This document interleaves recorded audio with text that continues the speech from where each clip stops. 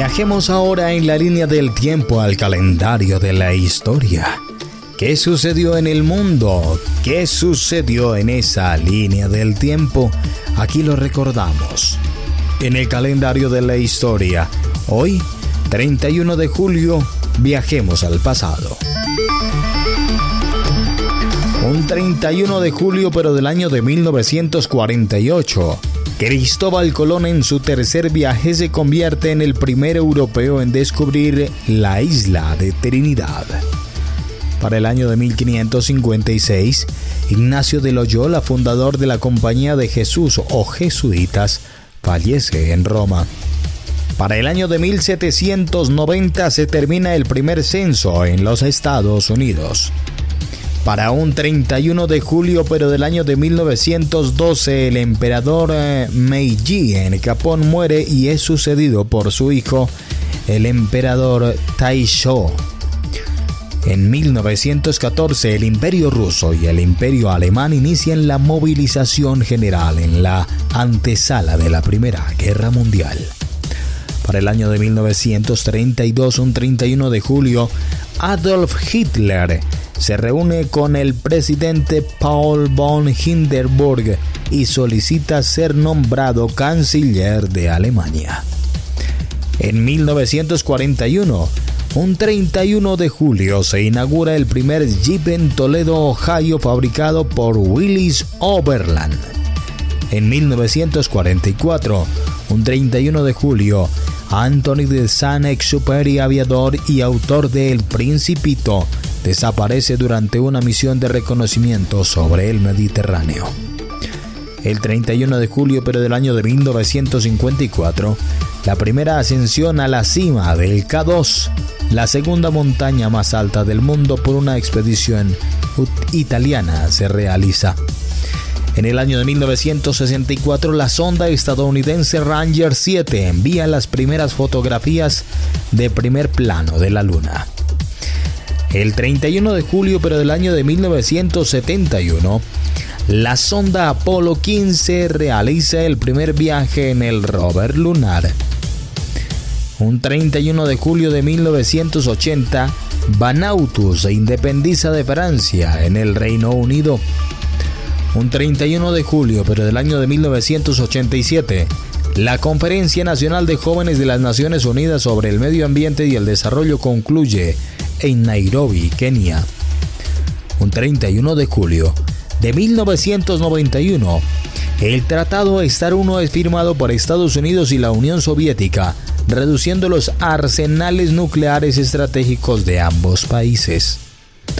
Un 31 de julio de 1992, Georgia se convierte en el miembro de las Naciones Unidas. En 1999, un 31 de julio, la NASA pierde contacto con la nave espacial lunar Prospector, que luego se estrella deliberadamente en la Luna. Para un 31 de julio del año 2002, la Corte Internacional de La Haya condena a Bosnia por el genocidio de Srebrenica. Para el año 2006, un 31 de julio, Fidel Castro cede temporalmente el poder a su hermano Raúl Castro debido a problemas de salud. En el 2007, se lanza el primer servicio de televisión digital de alta definición en el Reino Unido. Para el 2014, la Organización Mundial de la Salud declara el brote de ébola en África Occidental como una emergencia de salud pública de importancia internacional. Acontecimientos en la historia.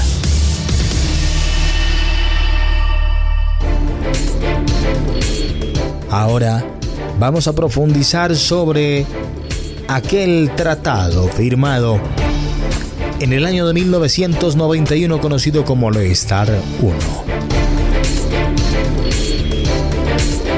El Tratado de Reducción de Armas Estratégicas conocido como START 1 fue un acuerdo histórico firmado el 31 de julio del año de 1991 entre los Estados Unidos y la Unión Soviética. Su objetivo principal era la reducción y limitación de las armas nucleares estratégicas de ambos países lo que marcó un hito significativo en los esfuerzos de control de armamentos y la prevención de una guerra nuclear durante el final de la Guerra Fría. Y es que la Guerra Fría, esa carrera armamentista nuclear entre Estados Unidos y la Unión Soviética, alcanzó niveles alarmantes.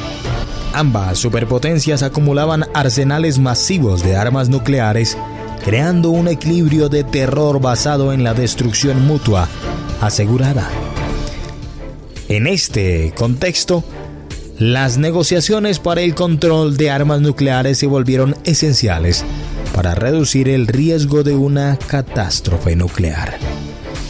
Estas negociaciones, conocidas como el START 1, comenzaron en la década de 1980, pero avanzaron significativamente bajo las administraciones del presidente estadounidense Ronald Reagan y el líder soviético Mikhail Gorbachev, y la perestroika y la glasnost.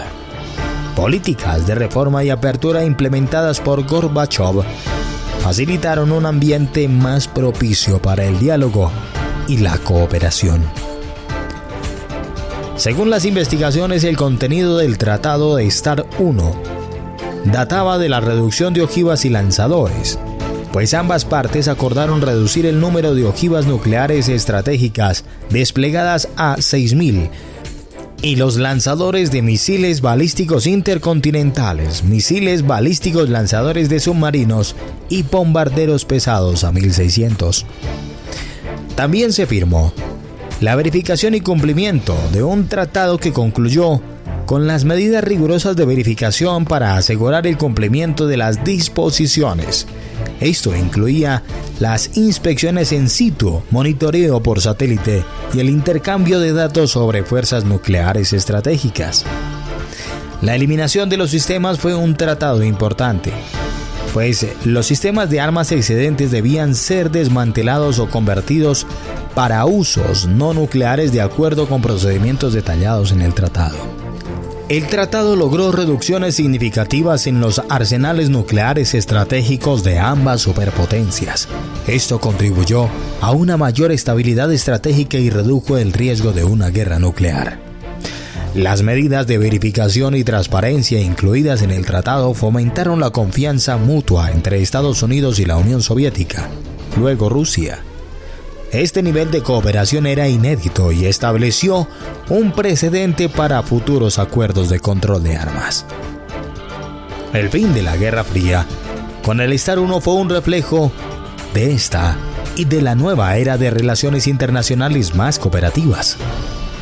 La firma del tratado coincidió con la disolución de la Unión Soviética en diciembre de 1991, lo que subrayó su importancia histórica.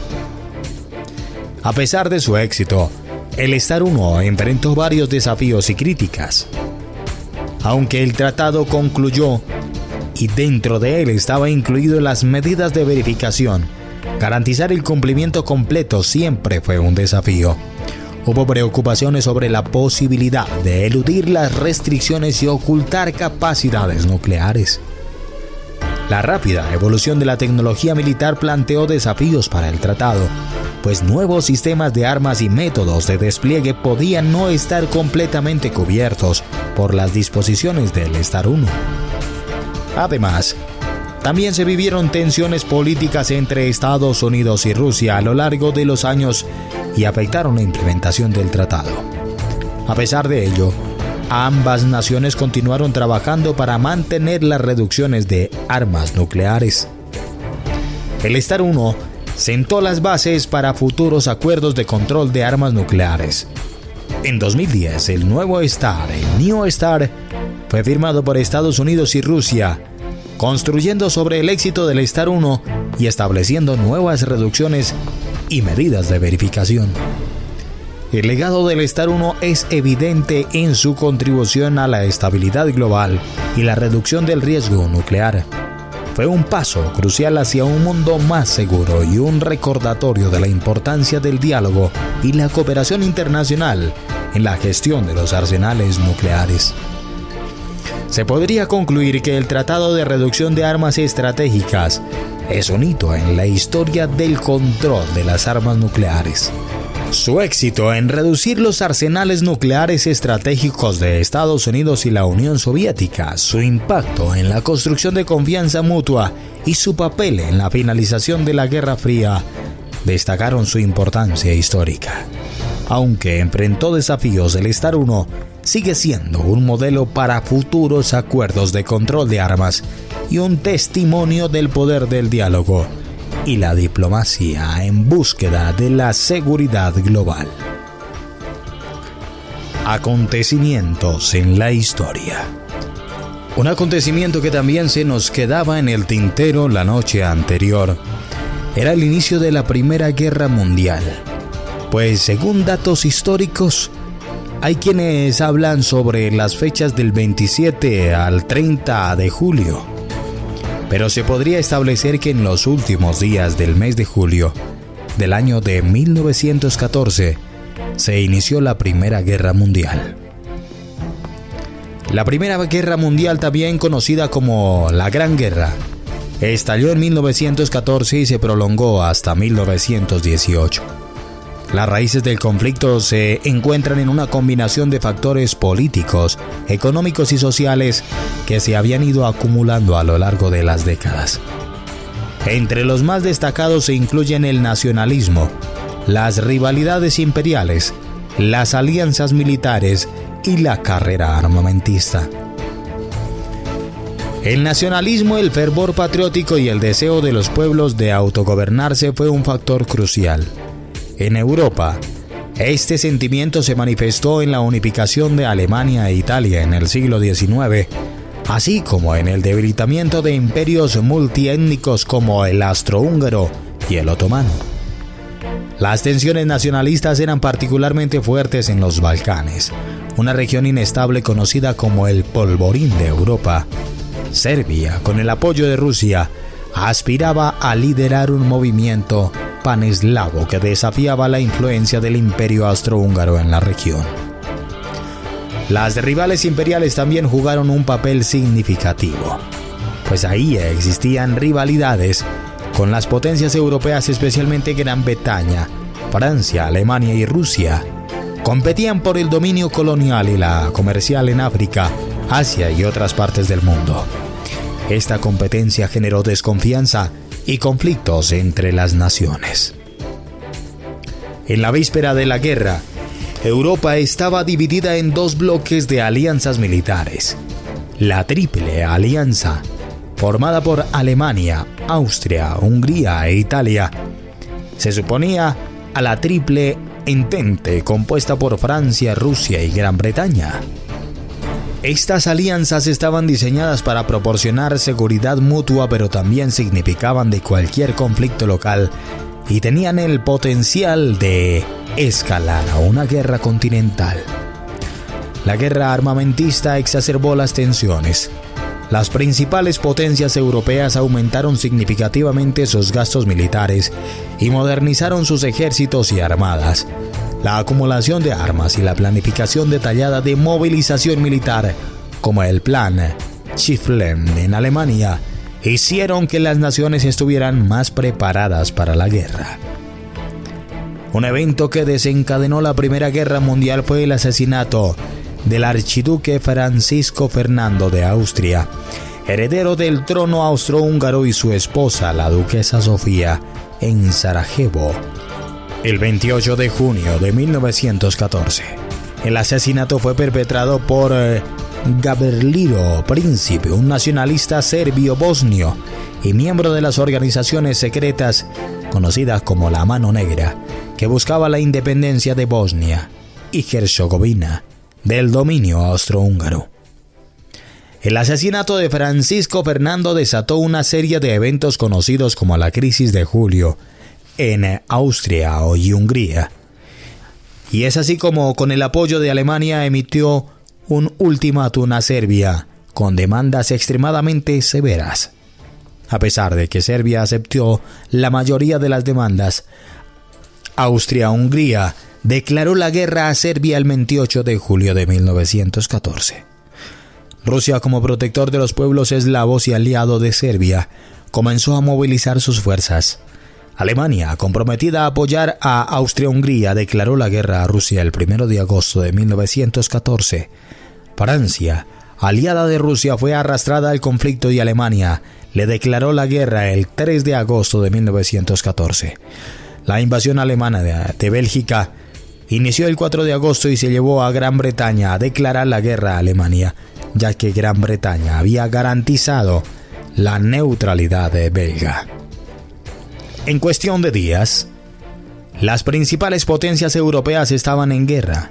La rápida movilización y las declaraciones de guerra fueron facilitadas por los planes militares detallados y las alianzas previamente establecidas.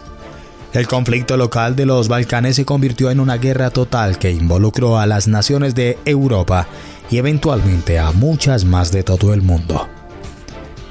El inicio de la Primera Guerra Mundial fue el resultado de una compleja red de factores que incluyeron el nacionalismo, las rivalidades imperiales, las alianzas militares y la carrera armamentista. El asesinato de Francisco Fernando fue la chispa que encendió el conflicto, pero las tensiones subyacentes y las políticas de poder entre grandes potencias europeas hicieron inevitable una confrontación a gran escala. La guerra que siguió causó una devastación sin precedentes y cambió el curso de la historia mundial.